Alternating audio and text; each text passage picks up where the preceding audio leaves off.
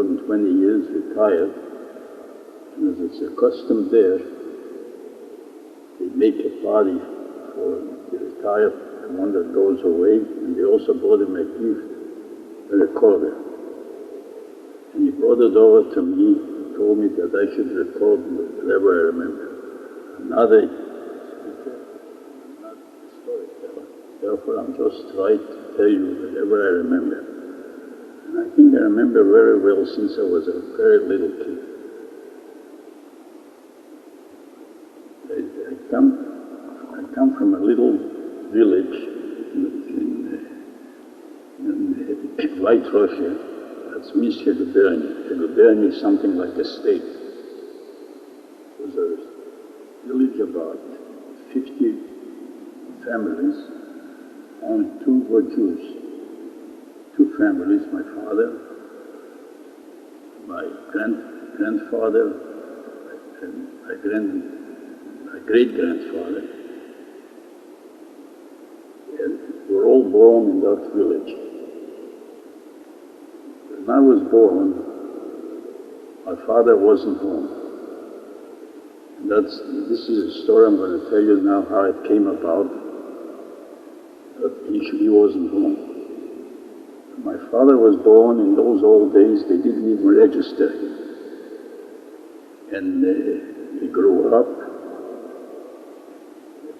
and he got married to my mother. His name was Yosef, before my name was Raike. They got married,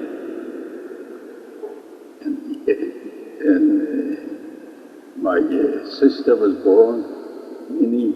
She passed away already. And then, a lot of those Gentiles used to come to our house. We sold some whiskey at the side there. It was permitted by the government. And when they got drunk, they used to say, you're going to let know the government that you never went to the army. I don't know if they would have, Peter would have told her, they wouldn't, but he decided that it's no use to hide.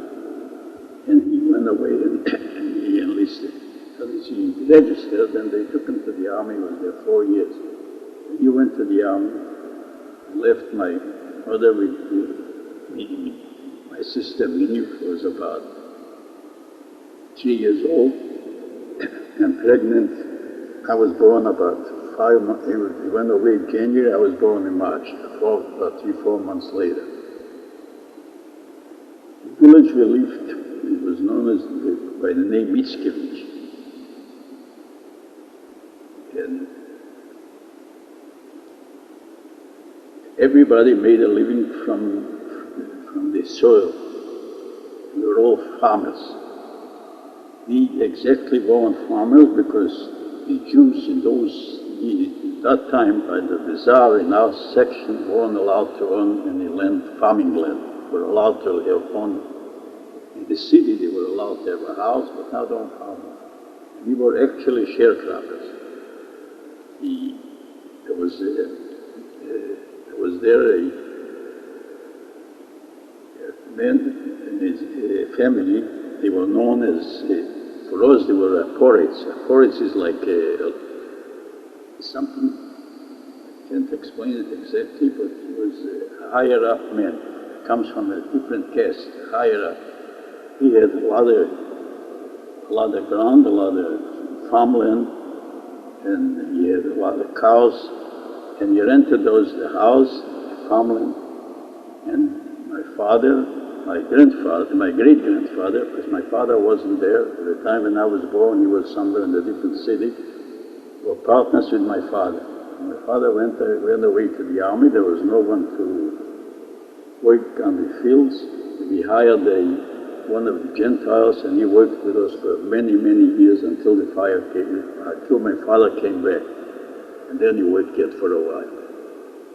It was a very hard, the place where I was born, in the city where I was born, in the house where I was born, there was no floor, no wooden floor.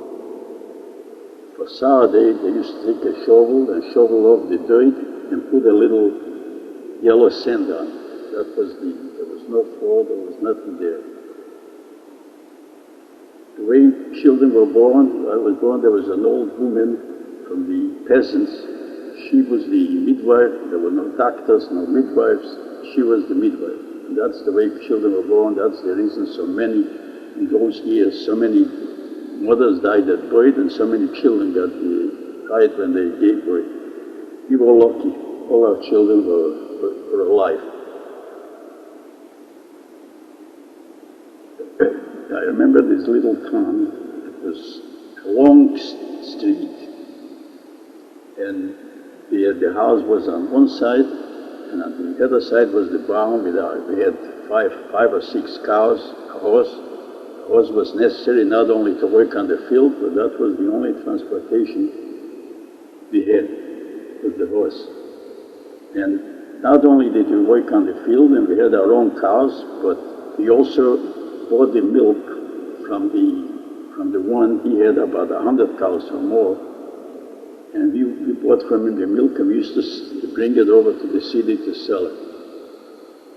My mother and father worked very hard. My mother used to get up. Maybe she slept 4 or 5 hours a day during the summer. We never even put on a light. We went to sleep in that section from River Bore, and the nights are very, very short. Maybe 5 hours a night, that's all we had. And she worked from dark to dark. She used to go away early in the morning to milk the cows, together with some more that helped her, and put the milk in place. There were no ice. You had to put it in a cellar, a cold cellar. And every week, when my father wasn't there, my great-grandfather used to go to the city with the milk. His name was Iche. They used to call him Iche Mickiewicz. He came with the milk already. He used to sell it to the groceries in the town.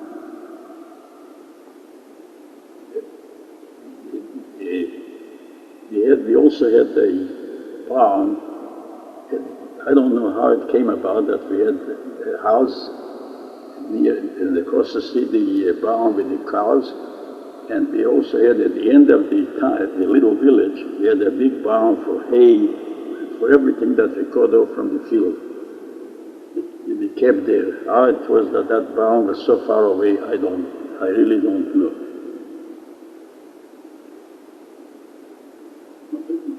And before my father came back, and of course I didn't know him for 4 years until he came back from the army. I used to call my great-grandfather Tate, that means Papa. And he came back and he told me that this is my father. I used to call him, this is the young father, and the other one is the old father. My great-grandfather was a very old man, but he loved me, and I was to him just something no other kid he loved so much as he loved me. It happens sometimes. That was his idol.